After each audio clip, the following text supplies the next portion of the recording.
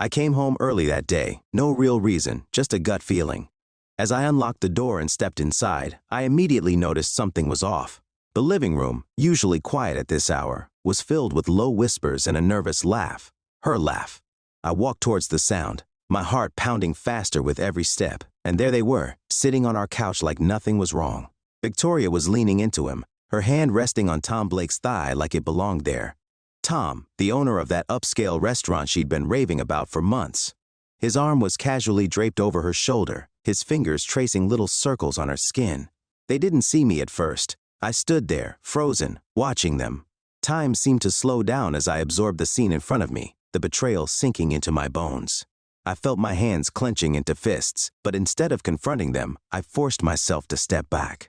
There would be no outburst, no dramatic confrontation, not yet. This wasn't the time to lose control. I slipped out as quietly as I'd come in, leaving them to their little charade. But at that moment, I knew one thing for certain. I was going to make them pay. Not just Victoria, she was a lost cause now, but Tom. He thought he could just waltz in and take what was mine. No, he was going to regret ever stepping foot in my life. The rage simmered inside me all the way back to my car. I could feel it building, hotter and hotter, but I didn't let it take over. No, I was going to channel it. Use it. I had always been the calm, reasonable one in our marriage, the one who kept things together. Now, I would take that same focus and direct it to destroying Tom Blake. I spent that night in a haze, my mind racing with possibilities. A messy, public confrontation would be too easy for them to shrug off. Victoria would play the victim, Tom would charm his way out of it, and I'd end up looking like the bitter husband. No, I needed something more subtle, something that would hit them where it hurt. By morning, I had my plan. Tom's pride and joy wasn't Victoria, it was that restaurant of his. He was always boasting about how it was the best in town, how he was building a brand and making a name for himself. Fine, I'd take that from him. I'd make sure his business crumbled right under his feet, just like my marriage had. I started small. A few fake online reviews, each one more vicious than the last. Complaints about food poisoning, rude staff, unsanitary conditions. Nothing that would look too out of place, just enough to plant the seed of doubt in potential customers. People love reading bad reviews, especially if there's a hint of danger involved. Next, I spread rumors. It wasn't hard. People in small towns like ours love to gossip. I casually mentioned to a few locals that I'd heard Tom's place had been cited by the health department. Cockroaches in the kitchen, I'd whisper, shaking my head. You didn't hear it from me, though. Within a week, those whispers had grown into full-blown accusations. I watched as the damage started to take hold. Fewer people were showing up at his restaurant. Victoria, still clueless about my plan, complained to me about Tom's business troubles. I pretended to listen, nodding along, but inside I felt nothing but satisfaction. They were both getting what they deserved, and I was just getting started. A week passed, and the cracks in Tom's perfect little empire started to show. The restaurant, once packed with reservations, now had empty tables during peak hours. Victoria, oblivious to my involvement, had no idea why her lover's successful business was suddenly going downhill. She came home one night, sighing loudly as she dropped her purse on the table. Tom's really stressed about the restaurant. It's like people just stopped coming, she said, her voice laced with frustration. He thinks it's just a phase, but I don't know. Something feels off. I kept my face neutral, offering a supportive nod. Inside, though, I felt a grim satisfaction. Everything was going exactly as I had planned. My fake reviews and the rumors I spread were working. Tom had no clue what was happening behind the scenes, and Victoria, she was too busy worrying about her boyfriend to notice how detached I'd become. But I wasn't done yet. Reviews and rumors were only the first phase. I needed to escalate to push things further until Tom's business was beyond saving. The next step came to me one night as I sat at my desk, scrolling through more negative reviews of his restaurant. If I really wanted to bury him, I'd have to hit him where it hurt most, legally. I decided to file a few anonymous complaints with the local health department, throwing in details about unsanitary conditions and health code violations. I made sure to be specific: dirty kitchen, spoiled food, even insects. I knew that even if none of it was true, they'd have to investigate. Within days, the health inspectors arrived at Tom's door. I knew this because Victoria came home, more agitated than usual. "Can you believe it?" she snapped, throwing her coat over a chair. "Some idiot reported Tom's restaurant to the health department. He says it's just a misunderstanding, but they're investigating everything." She was pacing the kitchen, her anger palpable, but I just leaned back in my chair, playing the role of the concerned husband. "That's terrible," I said, keeping my voice even. But these things happen. Maybe it's a competitor trying to sabotage him? Victoria stopped, glancing at me with narrowed eyes. You think? I shrugged. It wouldn't be the first time someone pulled something like that in this town. She seemed to accept that explanation, but I could see the worry in her eyes. Her confidence in Tom was starting to waver. As for me, I knew it was only a matter of time before the real fallout began. Sure enough, over the next few weeks, things went from bad to worse for Tom. The health department's inspection didn't find anything major, but the damage was done. Once word spread that inspectors had been there, it was like a death sentence for the restaurant. No one wanted to take a chance eating at a place that might be dirty, no matter how clean it actually was. Victoria was spending more and more time at home, her mood darkening as the restaurant continued to struggle. Tom's thinking about offering discounts, she muttered one evening. Maybe some kind of special promotion to bring people back in. I almost laughed. Discounts weren't going to save him now. The reputation I'd carefully destroyed was beyond repair. People might be tempted by a cheaper meal, but they wouldn't forget the whispers about cockroaches and spoiled food. Every time she mentioned Tom, I felt a surge of anger, but I never let it show. I wanted her to keep confiding in me, to tell me everything. I wanted to watch as her perfect little fantasy life unraveled before her eyes. One evening, I went online again, creating more accounts and leaving more vicious reviews. This time I added a few about the staff being rude, about food being served cold, and orders being wrong. I was relentless. No matter how hard Tom tried, every time he fought back, I'd push harder. And it worked. 2 months after I'd started my quiet war, Tom's restaurant was barely surviving. Victoria no longer bragged about how successful he was. In fact, she barely mentioned him at all. She was becoming distant, distracted, and unsure of herself. I could see the cracks forming in her confidence in the way she questioned every little thing. It was only a matter of time before her loyalty to him crumbled, just like his business. The final blow came one rainy Tuesday afternoon. Victoria had been out all day, meeting Tom at his restaurant to help with some paperwork, as she put it. I stayed home, biding my time. It wasn't long before she stormed in, soaked from the rain, her face twisted with frustration. "Tom's restaurant is closing," she blurted out, her voice shaky. "He's losing everything. He tried to get a loan, but no one would touch him with all these bad reviews and the health inspection mess. He's going bankrupt." I stood there silent, letting the weight of her words hang in the air. She was waiting for some kind of reaction, maybe sympathy, but I had none left to give. This was what I'd wanted all along, and now it was finally happening. Victoria sank into a chair, burying her face in her hands. "I don't know what I'm going to do," she whispered. I looked at her, at the woman who had betrayed me, who had chosen Tom over me. And in that moment, I realized she had no idea just how much she had lost. But I wasn't finished yet. Victoria didn't talk much after that day. She stayed home more often, leaving only for errands and the occasional meeting with Tom, which had become less frequent as his financial troubles piled up. I could feel her anxiety growing like a storm brewing on the horizon. She was no longer the confident, independent woman who once strutted around, assuming she had the world, and Tom wrapped around her finger. No, now she was someone else entirely, lost, confused, and scared. Good. The weeks following Tom's financial collapse were a slow-motion train wreck. His once bustling restaurant had turned into a ghost town. There were days when he'd only get a handful of customers, and even then most of them came out of curiosity, checking to see if the rumors were true. They always left disappointed, some even disgusted, after seeing how desperate the place had become. One evening, Victoria finally opened up about just how bad things were. "I don't think Tom's going to make it," she said, sitting across from me at the dinner table. Her hands were wrapped around a glass of wine, fingers trembling slightly. He's talking about selling everything. The restaurant, his house. He doesn't have anything left." I looked at her, keeping my expression neutral even though inside I was reveling in every word. "Maybe it's for the best," I replied casually, taking a sip of my drink. "If he's that deep in debt, there might not be much of a choice." She nodded, staring into her glass, her mind clearly elsewhere. I knew exactly where it was. She was wondering if she had made a mistake. And she had, though she didn't know the full extent of it yet. She had bet everything on Tom Blake, the charming, successful business owner who was now nothing more than a broke, defeated man. "What about you?" I asked after a long pause. "What are you going to do?" She hesitated, the silence stretching between us. "I don't know," she finally admitted. I thought things would be different, that Tom would recover, or that we'd figure something out." I nodded, letting her words hang in the air. She was looking for reassurance, for some indication that I might forgive her, take her back, maybe even comfort her in her hour of need. But that wasn't going to happen, not after everything.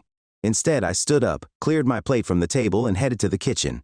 "You'll figure it out," I said, my back to her as I rinsed the dishes. "You always do." But I knew she wouldn't, not this time. This time, she was on her own. The final piece of the puzzle fell into place a week later. By then, Tom's restaurant was officially closed. He had filed for bankruptcy, and rumors were circulating that he was planning to leave town.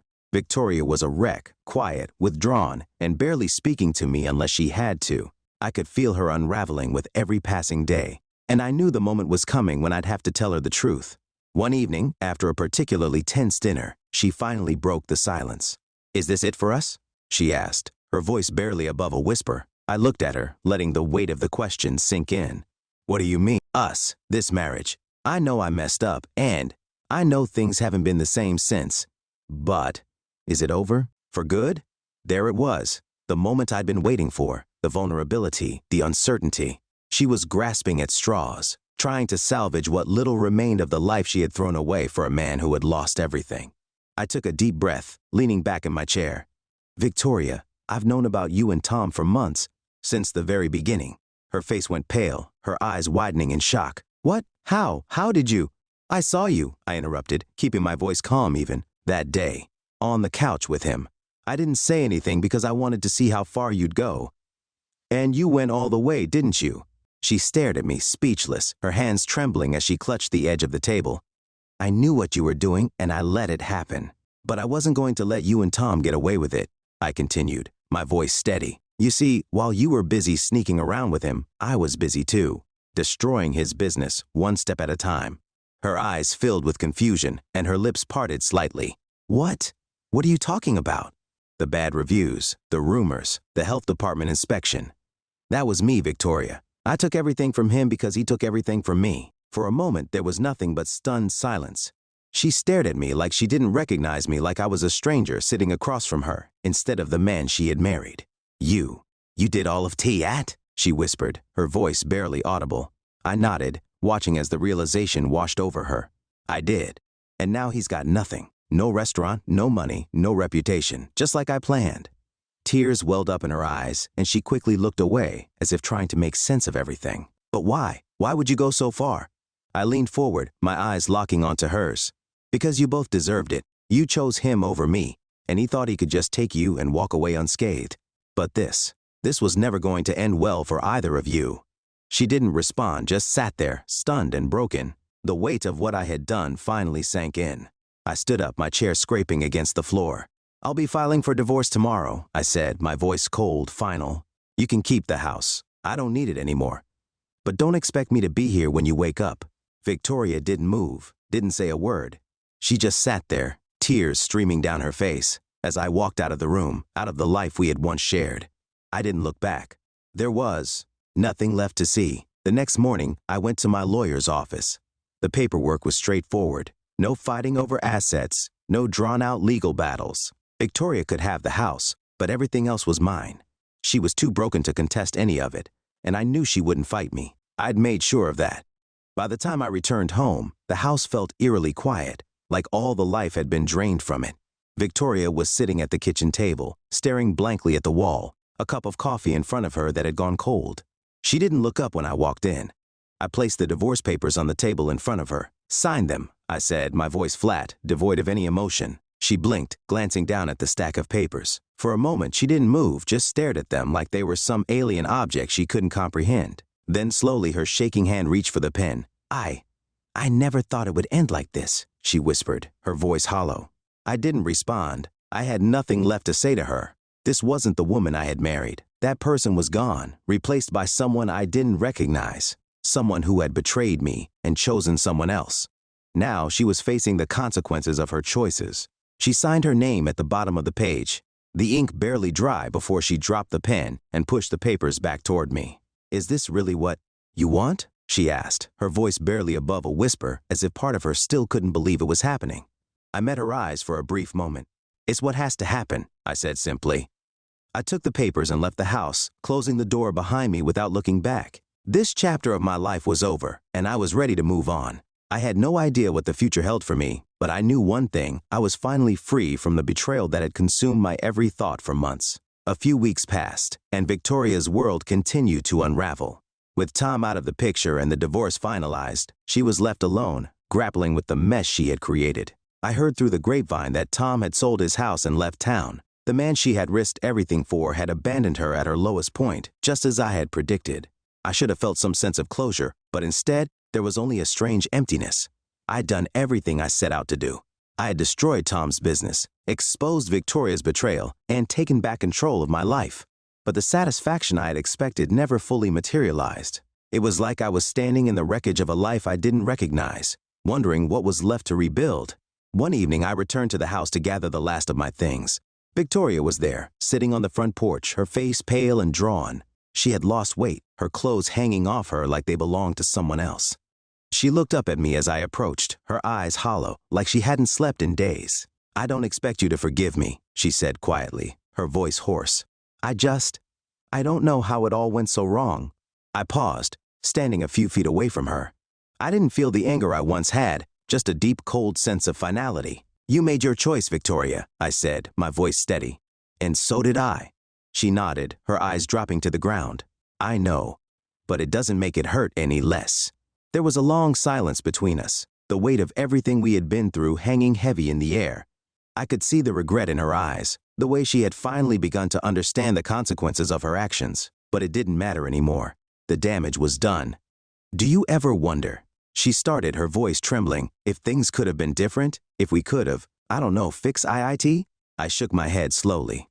"I used to, but not anymore. There's nothing left to fix, Victoria, not after everything that's happened." She nodded again, wiping away a tear that had slipped down her cheek. "I don't know what I'm going to do," she admitted, her voice breaking. I looked at her one last time, feeling the finality of it all settle in.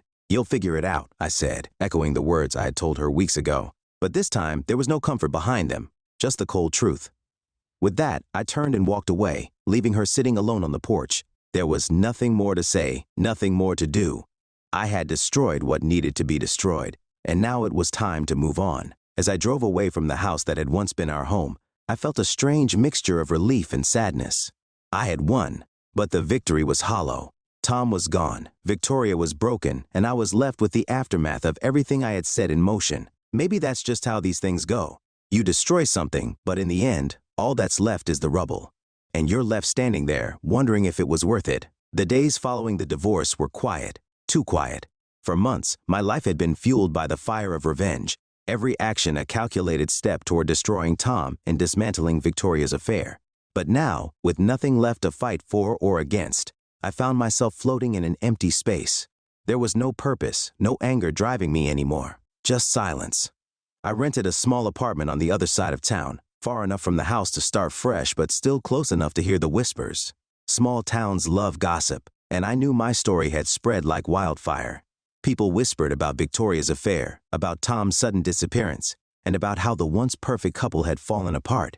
I could feel their eyes on me every time I walked down the street, as if they were waiting for me to break, to show signs of weakness. But I didn't break. Outwardly, I kept everything together.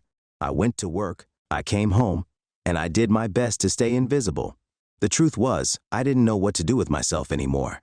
I had spent so much time focusing on revenge that I hadn't thought about what came after. One afternoon, a familiar face appeared at my office, Dan Miller, one of my old drinking buddies from before everything went to hell. He was the kind of guy who always knew what was happening in town, especially when it came to scandal. "Hey man," he said, sliding into the chair across from my desk. "You've been pretty quiet lately. How are you holding up?" I shrugged, not really wanting to get into it. "I'm fine, just trying to move on." He gave me a knowing look. "Heard about Tom? He's long gone now, huh?" "Yeah," I replied flatly. "He sold the restaurant and left town. Haven't heard anything since."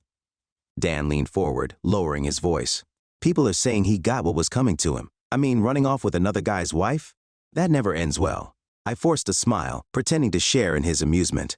But inside, I felt nothing. The truth was, I didn't care about what people thought anymore. My revenge was complete, and the satisfaction that had once driven me was long gone. Dan kept talking, going on about some local drama that had replaced my story in the town's gossip mill, but I barely heard him.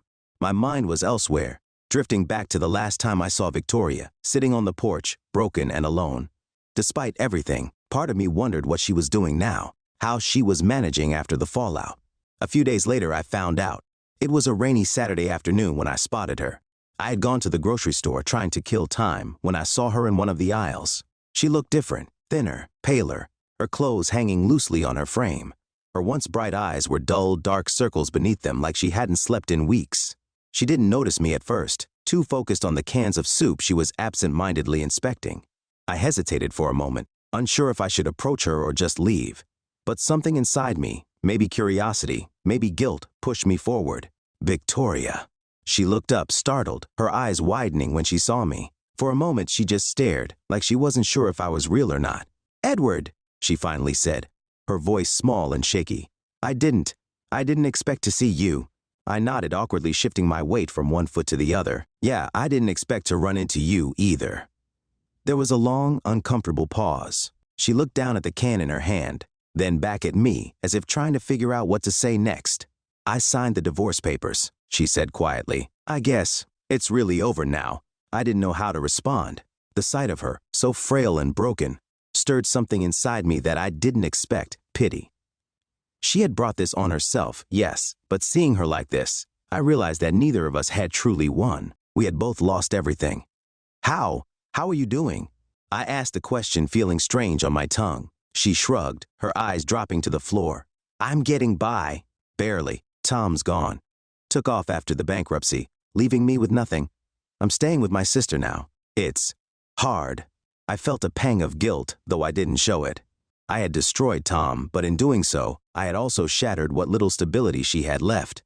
I had told myself it was justified, that she had deserved it for betraying me, but standing there, looking at the shell of the woman I had once loved, it didn't feel like a victory. "I'm sorry," I found myself saying before I could stop, "for everything." Victoria looked up at me, surprised. For a moment she said nothing, just studying my face as if searching for something. "I'm sorry too," she whispered, her voice barely audible, "for what I did, for how it all turned out." We stood there in silence, the weight of our shared history pressing down on us. There was no point in rehashing the past, no point in blaming each other anymore. The damage had been done, and all that was left was the aftermath. After a long pause, I nodded and turned to leave. As I walked away, I felt a strange sense of closure. Not the kind I had expected when I set out to destroy Tom, but something quieter, more subtle. A realization that life would go on, even after all the destruction. As I left the store, the rain falling softly around me, I realized that maybe, just maybe, it was time to rebuild. Not my old life, but something new. Something that wasn't driven by revenge or anger. It wouldn't be easy, and it wouldn't happen overnight, but for the first time in a long time, I felt like I could see a future beyond the rubble. And for now, that was enough. A few months passed, and slowly, the weight of everything began to lift. The whispers around town died down, as new scandals and rumors took center stage. People moved on, and so did I, in my own way. My days were quieter now, but not in the suffocating, empty way they had been after the divorce. It was a different kind of quiet, one that felt more like peace. I focused on work, threw myself into projects, and reconnected with old friends. Dan and I started meeting for drinks again on the weekends, and I found myself rediscovering parts of my life that I had let slip away during the chaos with Victoria. For the first time in months, maybe even years, I was beginning to feel like myself again. One Saturday morning, as I was sipping coffee on the small balcony of my apartment, I found myself thinking about the future. It was an odd feeling, one I hadn't allowed myself to entertain in a long time. So much of my life had been spent focused on what had gone wrong, the betrayal, the revenge, the aftermath, that I hadn't taken the time to think about what came next. The thought of starting over, of truly moving on, felt strange at first, like I was stepping into unfamiliar territory. But with each passing day, the idea became less daunting and more exciting. I could rebuild. I could create a life for myself that wasn't defined by my past, by the mistakes Victoria had made, or by the anger I had once harbored. A few weeks later, an opportunity presented itself. I had been casually browsing real estate listings, not really expecting to find anything that caught my eye, when I stumbled upon an old house just outside of town. It wasn't much to look at, run down with peeling paint and overgrown weeds in the yard, but something about it drew me in. I decided to take a look. When I arrived at the house, it was even more worn down than the photos had shown. The porch sagged, the windows were dusty, and the yard was a jungle of tangled grass and bushes. But there was potential. I could see it, hidden beneath the layers of neglect. I walked through the empty rooms, imagining what they could be. The living room, with its high ceilings and fireplace, could be cozy again with a little care. The kitchen, though outdated, had plenty of space and character, and the backyard, wild and overgrown as it was, could be transformed into something beautiful. Standing there, in the middle of that old forgotten house, I felt a spark of hope. It wasn't just a house, it was a symbol of something more. A chance to rebuild, to start over, to create something entirely my own. I made an offer that afternoon. The process of buying the house went smoothly, and within a few weeks, I had the keys in hand. The first time I stepped inside as the new owner, I felt a strange mix of emotions, pride, excitement, and even a little fear. But most of all, I felt ready. The renovation work began immediately. It wasn't easy. There were days when the scale of the project felt overwhelming and the repairs seemed never-ending. But slowly, day by day, the house began to transform. Walls were painted, floors were polished, and new life was breathed into the space. As I worked on the house, something else began to change too. The more I poured myself into rebuilding it, the more I realized I was rebuilding myself. Each brushstroke of paint, each nail hammered into place, felt like a step toward healing, toward letting go of the past. Victoria and I hadn't spoken since that day in the grocery store, and I didn't expect we ever would again. She had disappeared from my life, just as I had from hers. And that was fine.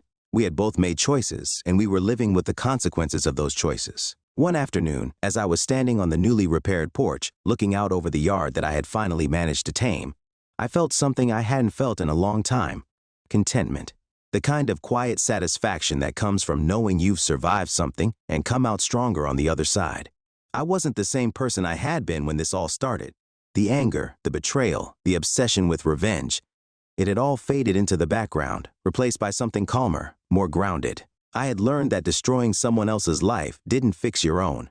It didn't erase the pain or make things right. All it did was leave you with more rubble to sift through. But rebuilding, that was something different. Something that gave me purpose and direction. As the sun set over the horizon, casting a golden light across the yard, I realized that this was the beginning of something new. A new chapter, one not defined by betrayal or revenge, but by growth, by the quiet, steady process of moving forward. And for the first time in a long time, I wasn't looking back. Just when I thought my life was settling into a rhythm, something, or rather, someone, unexpectedly disrupted the peace I had worked so hard to create. It was a late Friday evening, and I had just finished sanding down the final piece of furniture for the living room. Exhausted but satisfied, I poured myself a drink and sat down on the porch to enjoy the cool breeze. That's when I saw her. Victoria. She stood at the end of the driveway, hesitating like she wasn't sure if she should approach or turn and leave. Her appearance startled me. She looked even thinner than the last time I saw her, her face gaunt, eyes hollow. For a moment, I wondered if I was imagining her. A ghost from my past coming to haunt me. But then she stepped forward, slowly making her way up the driveway. I set my glass down, my heart pounding as a flood of memories hit me all at once. The betrayal, the anger, the silence, and now, here she was, back in front of me.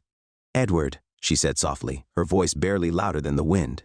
I didn't respond at first, just stared at her, unsure of what to say or why she was even there. Finally, I stood up, crossing my arms. "What are you doing here, Victoria?" I asked, my voice steadier than I felt. She stopped a few feet away from the porch, her eyes searching mine. I didn't know where else to GGO. There was a long silence between us, the air thick with tension. She looked different from the woman I had loved, and different still from the one who had betrayed me. Now, she was just broken. But I wasn't sure I could let myself care about that. "What do you want?" I asked, more coldly than I had intended. Victoria flinched but didn't back down. "I just need to talk, please, Edward. I know I have no right to ask for anything, but I have nowhere else to turn. I should have told her to leave." Every part of me wanted to send her away, to protect the peace I had fought so hard to find. But something in her voice stopped me. Against my better judgment, I gestured toward the porch chair. "Fine, talk." She sat down slowly, her hands trembling as she fidgeted with the hem of her jacket. "I've lost everything," she began, her voice cracking. "After the divorce, after Tom left, I thought I could start over, but it didn't work out that way. I'm living with my sister, but I'm barely holding on. I can't find a steady job, and every time I try to get back on my feet, something else goes wrong." I listened, my face expressionless, not sure what she wanted from me. Pity? Sympathy? I had none to give. "I don't know why I came here," she continued, wiping a tear from her cheek. "Maybe it's because I had nowhere else to go. Maybe it's because I needed to see for myself that you're okay. That you've moved on. I leaned back in my chair, exhaling slowly. What do you want from me, Victoria? Am I supposed to feel sorry for you? She shook her head, her voice barely a whisper. No, I don't expect you to forgive me. I don't deserve it. I needed you to know that I regret everything. I'm sorry for what I did to you, for everything. Her words hung in the air, and for the first time since this entire mess began, I saw her not as the woman who had betrayed me, but as a person who was just as lost and broken as I had once been. But even then, I couldn't bring myself to offer her the closure she was looking for. I've moved on, I said, my voice calm. You should too. Victoria nodded, wiping her eyes. I know. I just needed to say it. She stood up, lingering for a moment, as if she was waiting for something, some response, some sign that things could be different between us. But I had nothing left to give her. The chapter of my life that included her was over. Without another word, she turned and walked down the driveway, disappearing into the night. I watched her go, a strange mix of relief and sadness settling over me. This was closure, but not the kind either of us had imagined. After Victoria's visit, I expected to feel unsettled, like the old wounds might reopen. But to my surprise, I felt free. The weight of her betrayal no longer pressed down on me like it used to. Seeing her so broken, so vulnerable had given me a strange sense of clarity. The woman who had caused me so much pain was no longer the same person, and neither was I. In the days that followed, I threw myself back into the renovations with a new energy. The house was nearly complete now, every room transformed from a dusty, decaying space into something warm and welcoming. It wasn't just a house anymore, it was my home, a symbol of my healing and my future. One afternoon, while finishing up the last touches on the backyard, Dan stopped by for a beer. We sat on the porch, looking out over the freshly trimmed lawn, the garden I had planted starting to take root. "You've really turned this place around," Dan said, taking a long sip from his bottle. "Looks like you're settling in nicely." I smiled, nodding. "Yeah, it's starting to feel like home." Dan glanced at me, his expression thoughtful. "You've been different lately, calmer, happier even." I leaned back in my chair, considering his words. "I guess I have been. I don't know, something shifted. I'm not holding on to the past anymore." He raised an eyebrow. "Even with Victoria?" I hesitated for a moment, then shook my head. "Especially with Victoria. She came by the other night, actually. Wanted to apologize, I guess, but I've moved on." Dan looked surprised. "And how did that GGO?" I shrugged. It didn't matter, really. I realized that I didn't need her apology to heal. I've already done that on my own. Dan nodded, a smile tugging at the corners of his mouth. "That's the way, man. It's not about waiting for someone else to make things right. It's about making your own peace." And that's exactly what I had done. I had torn my life apart in a fit of anger and revenge. But in the process, I had found something more valuable than revenge. I had found myself. The path to healing wasn't easy, and it hadn't happened overnight. But with each nail hammered into place, each wall painted, and each moment spent rebuilding, I had slowly pieced my life back together. Not the life I once had, but something new, something better. As I sat on the porch that evening, the sun setting in the distance, I realized that for the first time in a long time, I was truly at peace. The past was behind me, and the future was mine to shape, and I was ready to embrace it. As the weeks rolled on, my life continued its steady pace. The house was fully renovated now, every room glowing with the warmth of new beginnings. I had thrown myself into this project so fully that, now that it was complete, I wasn't sure what to do next. But there was no rush. I had learned the value of patience, of letting life unfold naturally. One afternoon, I found myself back at the local hardware store, picking up a few last-minute items for the garden.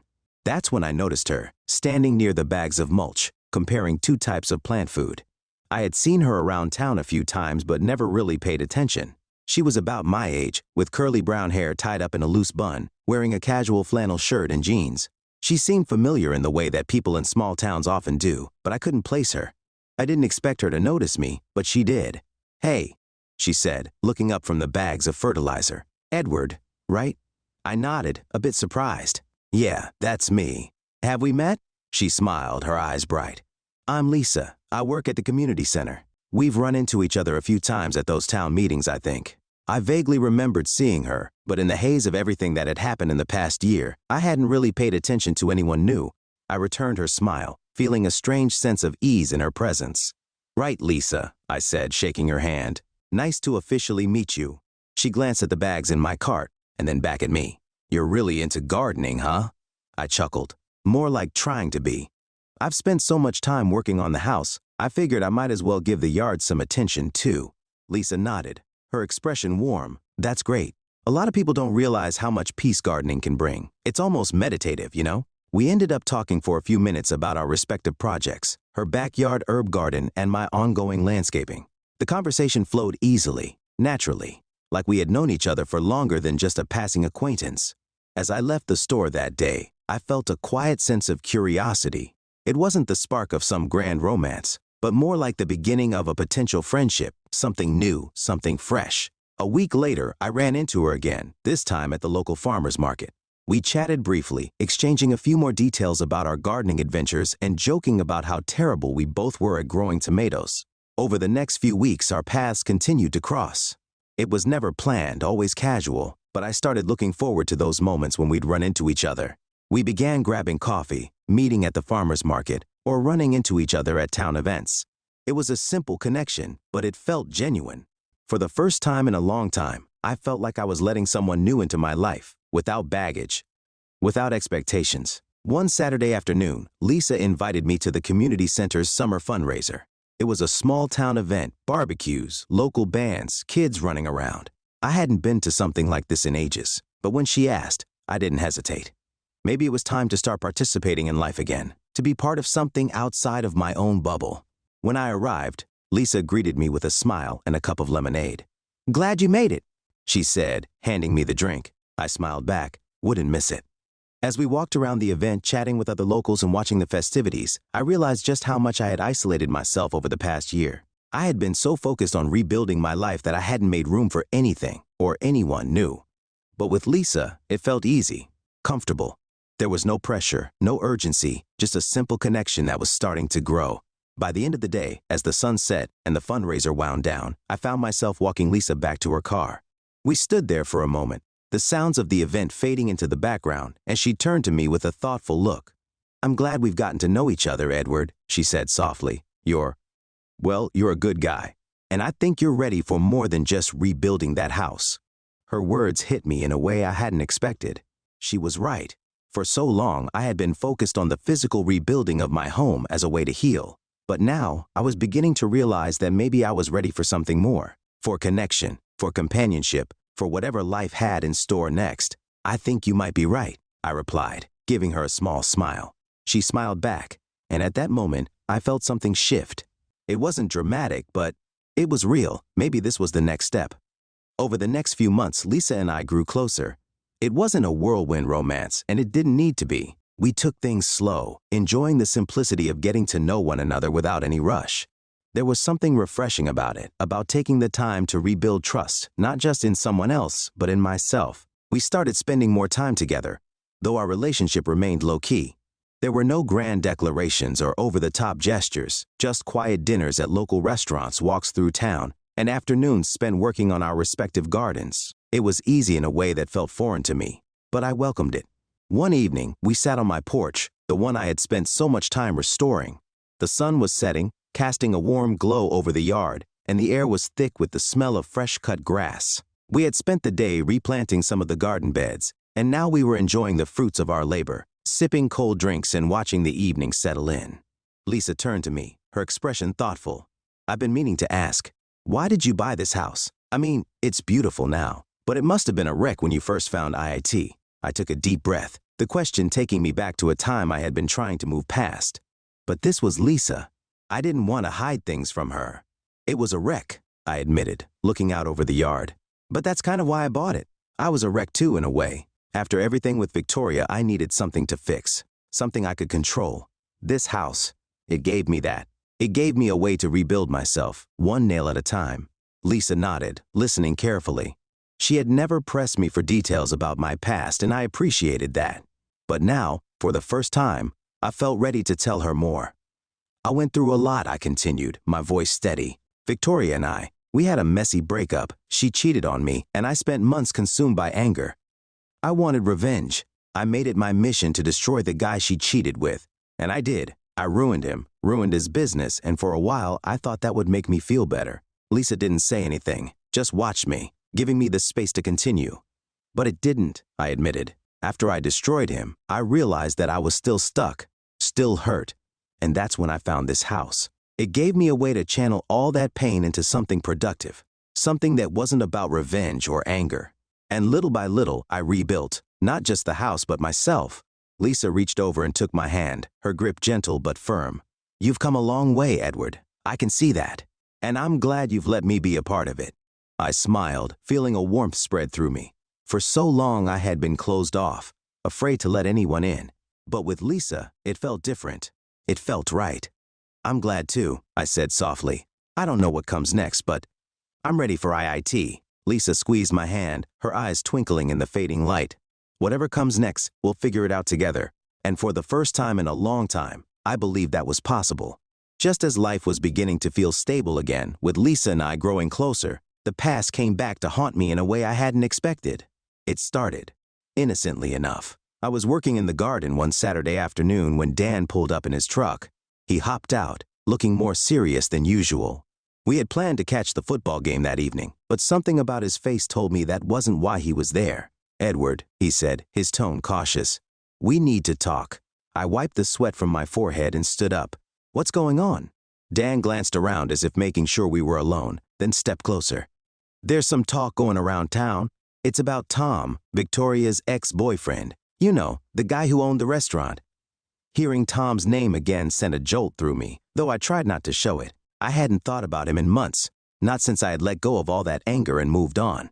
But something in Dan's voice told me this wasn't just a casual mention. "What about him?" I asked, crossing my arms. Dan hesitated, clearly trying to find the right words. "He's back in town, and he's telling people. Well, he's telling people that he knows what you did, that you were the one who tanked his restaurant." My stomach tightened. For a moment I couldn't respond. I had buried that part of my life, convinced it was behind me.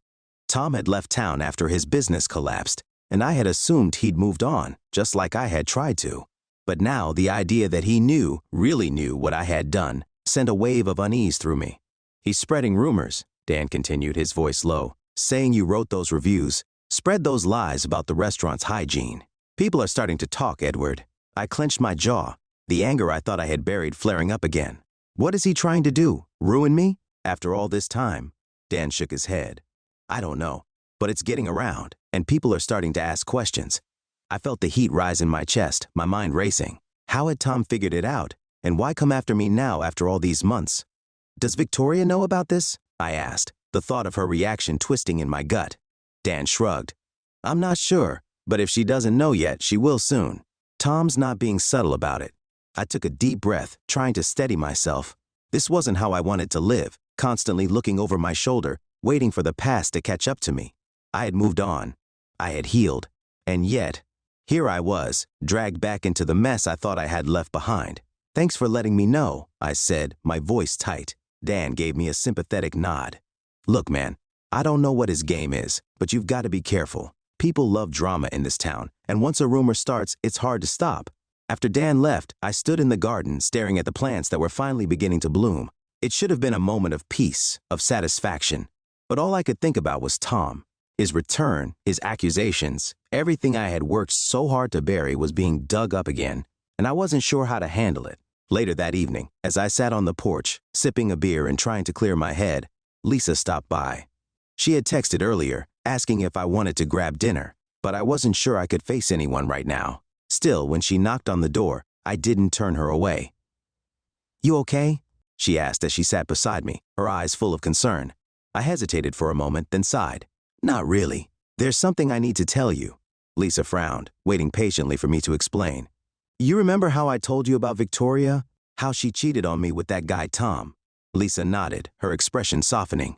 "Well," I continued, "after I found out, I didn't just get angry. I went after him, not physically, but I sabotaged his business. I wrote fake reviews and spread rumors, and eventually his restaurant went under." Lisa's eyes widened, but she didn't interrupt. "He left town after that," I said, my voice quieter now. "But he's back, and he's telling people what I did. He's trying to ruin me the way I ruined him." I expected Lisa to look shocked, disappointed, and maybe even angry, but instead, she just sat there, processing what I had said. Finally, she spoke. "That was a long time ago, Edward," she said softly. "You're not that person anymore. You've changed." Her words offered some comfort, but the knot in my stomach remained. But what if people don't care about that? What if all they see is the guy who ruined a man's life out of revenge? Lisa reached over and took my hand, her grip reassuring. Then you face it. You tell them the truth. You take responsibility for what you did, and you show them that you've moved on, that you're better now. I looked at her, grateful for her steady presence in the midst of my turmoil. You really think that'll be enough? She smiled, her eyes filled with quiet confidence. I know it will. As we sat there together, the weight of the situation began to feel a little lighter. I wasn't sure what would happen next, or how Tom's return would play out. But for the first time since Dan's visit, I felt like I had a plan, a way forward. I had made mistakes. I had let my anger and bitterness drive me to do things I wasn't proud of. But Lisa was right. I wasn't that person anymore.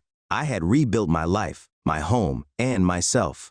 Now, I just had to face the consequences of my past and prove that I had truly moved on. The next few weeks would be a test of who I had become, and whether I was truly ready to let go of the man I used to be. And for the first time, I felt like I was ready to pass. It didn't take long for the rumors to spread. By the following week, it felt like everywhere I went, there were whispers, furtive glances, conversations that stopped when I entered a room. People I had known for years started treating me differently, as if they weren't sure what to believe. It was unsettling, to say the least, to have my reputation slipping away because of something I had done in anger so long ago. But I knew I couldn't hide from it. Lisa was right. If I wanted to move forward, I had to confront what I had done, own it, and try to make things right. So I decided to find Tom. I wasn't sure where he was staying, but this was a small town. Word traveled fast. After a few discreet inquiries, I learned he had been renting a room in one of the local motels. With no more excuses left to stall, I drove over one afternoon, my stomach churning the entire way. The motel was on the outskirts of town, a rundown place with chipped paint and a faded sign. It suited the mood I was in. I parked in the gravel lot and took a deep breath before getting out. My heart raced as I walked toward the row of doors, each with peeling numbers barely clinging to the wood. I found Tom's room, number 12, and stood there for a moment, trying to gather my courage. Finally, I knocked. The door opened a few seconds later, and there he was, Tom. He looked rougher than I remembered, thinner, his hair graying at the temples, his face marked with lines that hadn't been there before. He stared at me for a long moment, as if he couldn't quite believe I was standing in front of him. "Edward," he said, his voice flat. I figured it was only a matter of time. I swallowed, feeling the weight of all the things I needed to say pressing down on me. "Can we talk?" I asked. Tom stepped aside, motioning for me to come in. The room was small and dimly lit, the air smelling faintly of cigarettes and cheap cleaning products. I stood awkwardly near the door while he sat down on the edge of the bed. "I hear you've been talking," I said, trying to keep my voice steady. "Telling people about what happened, about what I did." Tom's expression didn't change. He just nodded. "Yeah, I have. And why shouldn't I? You ruined my life, Edward." His words hit hard, but I had expected that. "I know I did," I admitted, feeling a tightness in my chest. I was angry, and I let that anger drive me to do things I'm not proud of. But I didn't think about what it would do to you, how it would affect your life. Tom scoffed, his eyes cold. "No, you didn't. You were too busy getting your revenge to care about anyone else." I nodded, knowing he was right. "I can't take back what I did, Tom. I wish I could, but I can't. All I can do is own up to it. I'm not here to ask for your forgiveness. I know I don't deserve that. But I'm here to say I'm sorry. Truly sorry." For a moment, Tom didn't say anything. He just stared at me, his jaw tight, as if he was weighing his response. Finally, he let out a bitter laugh. "Sorry. Do you have any idea what my life has been like since then? You didn't just ruin my business, Edward. You destroyed my reputation. I lost everything." His words were sharp, each one a reminder of the damage I had caused. I could feel the guilt weighing heavier on me with every second. "I know," I said quietly. "And I'm not asking for pity. I know I deserve whatever anger you have toward me. But I've changed, Tom. I've worked hard to be a better person and to move on from that part of my life. And I'm willing to do whatever it takes to make things right, even if it's just helping you find your footing again." Tom looked away, his face hardening. "You think you can just fix this with an apology and a few favors? It's not that simple, Edward." "I don't think it's simple," I replied, my voice firm. "I know it's not, but I'm trying. I'm trying to make amends." Tom stood up then, his eyes flashing with anger. "You want to make amends? You can't undo the years I lost. You can't give me back my business, my name. People still look at me like I'm a failure because of what you did. I met his gaze, feeling the full weight of his anger, but I didn't back down. You're right. I can't undo it, but I can help you start over. I have connections in this town, Tom. I know people. If you want to rebuild your business, I'll support you. I'll make sure people know the truth, that the rumors were lies, that you deserve another chance. Tom's expression shifted slightly, the fire in his eyes dimming for just a moment. He stared at me, and I could see the conflict in him, the part of him that wanted to lash out, to make me pay, warring with the part that had been beaten down for so long, desperate for a way out. Finally, he shook his head, his voice tired. I don't know if I can trust you, Edward, not after everything. I don't blame you, I said quietly. But I'm not asking you to trust me right away. I'm asking for a chance to prove I've changed. Tom stood there for a long moment, his eyes searching mine. Then he sighed, rubbing a hand over his face. I'll think about it. It wasn't forgiveness. It wasn't even acceptance. But it was something. A crack in the wall that had stood between us for so long. I appreciate that, I said, my voice low. And if you ever need anything at all, you know where to find me. Tom didn't respond. He just turned away, his shoulders slumped, and I took that as my cue to leave. As I walked back to my car, I felt a strange mix of emotions, relief, guilt, uncertainty. I had taken the first step toward making things right, but I knew it wasn't enough. There was still a long road ahead for both of us. As I drove away from the motel, I couldn't help but wonder if this would truly be the beginning of redemption or just another chapter of consequences I would have to face. The weeks that followed were quiet, too quiet if I'm being honest. After my confrontation with Tom, the rumors around town seemed to simmer down. I wasn't sure if Tom had decided to hold off on spreading any more dirt or if people just grew tired of the gossip. But the air felt different, tense, like the calm before a storm. Lisa and I continued seeing each other, and for a while, it felt like things were finally stabilizing. She stood by me, even when whispers about my past still lingered around us. Having her in my corner gave me the strength to face each day, knowing that I wasn't going through this mess alone. But there was always that nagging feeling that I hadn't seen the last of Tom or the fallout from what I had done. One Saturday morning, I was working on some paperwork in the kitchen when I got the call. It was from Dan. Edward, you need to get down here, he said, his voice rushed. It's Tom. My heart sank. What happened? Just get to the diner, Dan replied. And before I could ask for details, the line went dead.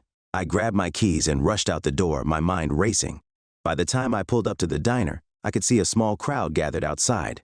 My stomach tightened as I pushed through the crowd, recognizing a few familiar faces. The whispers started up again as soon as they saw me. Dan met me. Near the door, his expression grim. He's inside, he said, jerking his thumb toward the diner. Things are getting ugly. What do you mean, ugly? I asked, but Dan just sighed and opened the door for me. When I walked in, I saw Tom sitting at the counter, a cup of coffee in front of him, untouched. Across from him, standing with her arms crossed in an unmistakable glare, was Victoria. I hadn't seen her in months, not since we had signed the divorce papers. She looked different, colder, harder. As soon as she saw me, her eyes narrowed, and I knew something bad was about to go down. What's going on here? I asked, trying to keep my voice calm. Victoria was the first to speak. You're really asking that, Edward? Like you don't know? I glanced at Tom, who was staring at his coffee like it held the answers to everything. What's she talking about? I asked him directly. Tom sighed, finally looking up at me. She found out about everything. My heart skipped a beat. Found out what? Victoria stepped forward, her voice sharp and biting. About you and Tom, about how you destroyed his business, how you spread lies and ruined his life just because you couldn't handle me leaving you. I clenched my jaw, the familiar guilt washing over me. Victoria, don't, she snapped, cutting me off. I've heard enough of your excuses, Edward. I should have known you'd do something like this. You couldn't handle me being with someone else, so you had to tear him down. You're pathetic. The anger in her voice was palpable. But there was something else too, something more bitter and personal. I looked at Tom, searching for any sign that he was going to back me up, but he just shook his head, his expression resigned. I didn't tell her, he said quietly. She figured it out on her own. The room felt like it was closing in on me, the weight of my actions crashing down all over again. This wasn't just about me and Tom anymore. Victoria was part of this too, and now the full extent of my revenge had been laid bare for everyone to see. I was angry, I said, trying to keep my voice steady. I wasn't thinking clearly back then, but I've changed, Victoria. I'm not that person anymore. She scoffed, crossing her arms tighter. Changed? Do you think that changes anything, Edward? You still destroyed someone's life. I'm trying to make things right, I insisted, glancing at Tom. I offered to help him get back on his feet. To rebuild. Victoria laughed, but there was no humor in it. Rebuild? With what? Your guilt money? You think you can just pay your way out of this? The tension in the room was suffocating. I could feel the eyes of everyone in the diner on me, watching, judging, waiting to see how I would respond. Part of me wanted to lash out, to defend myself, to make them all see that I wasn't the villain they thought I was. But deep down, I knew that wouldn't help. The truth was, I had done this. I had set all of this in motion, and no amount of justifying or explaining was going to undo the damage I had caused. Victoria, I'm not trying to pay my way out of anything, I said quietly. I'm trying to make amends because it's the right thing to do. I know I can't undo the past, but I can at least try to fix some of what I broke. Victoria stared at me for a long moment, her eyes hard. You can't fix this, Edward. You can't fix us. You can't fix what you did to Tom, and you certainly can't fix what's broken in you. Her words cut deeper than I expected. I knew she was angry, and she had every right to be. But hearing it said so plainly, that I was the one who was broken, struck something inside me I hadn't fully faced before. I know, I whispered, the admission hanging heavy in the air. I know I'm broken, and I know I can't fix everything, but I'm still going to try. For a moment it looked like she might say something else, but then she just shook her head, the coldness returning to her eyes. Do whatever you want, Edward, but don't expect me to forgive you, or forget. With that, she turned and walked out of the diner, leaving me standing there, the weight of her words lingering like a heavy cloud over my head. I turned back to Tom, who hadn't moved from his spot at the counter. He looked up at me, his expression weary but not angry. You really think you can fix this? He asked, his voice quiet. I didn't have an answer for him. I didn't know if I could fix anything anymore. But I knew one thing, I couldn't stop trying. I don't know, I said honestly, but I'm not giving up. Tom nodded slowly, and for the first time since this all began, I saw something shift in his eyes. It wasn't forgiveness, but it wasn't hatred either. Maybe that was the closest thing to progress I could hope for right now. As I left the diner, I felt the weight of the confrontation pressing down on me. But there was also a strange sense of relief. The truth was out. No more hiding, no more pretending. I had faced my past, and though it hadn't gone the way I had hoped, at least it was out in the open. Now, all I could do was move forward, one step at a time. The road to redemption was a long one, and I had a feeling I was only just beginning.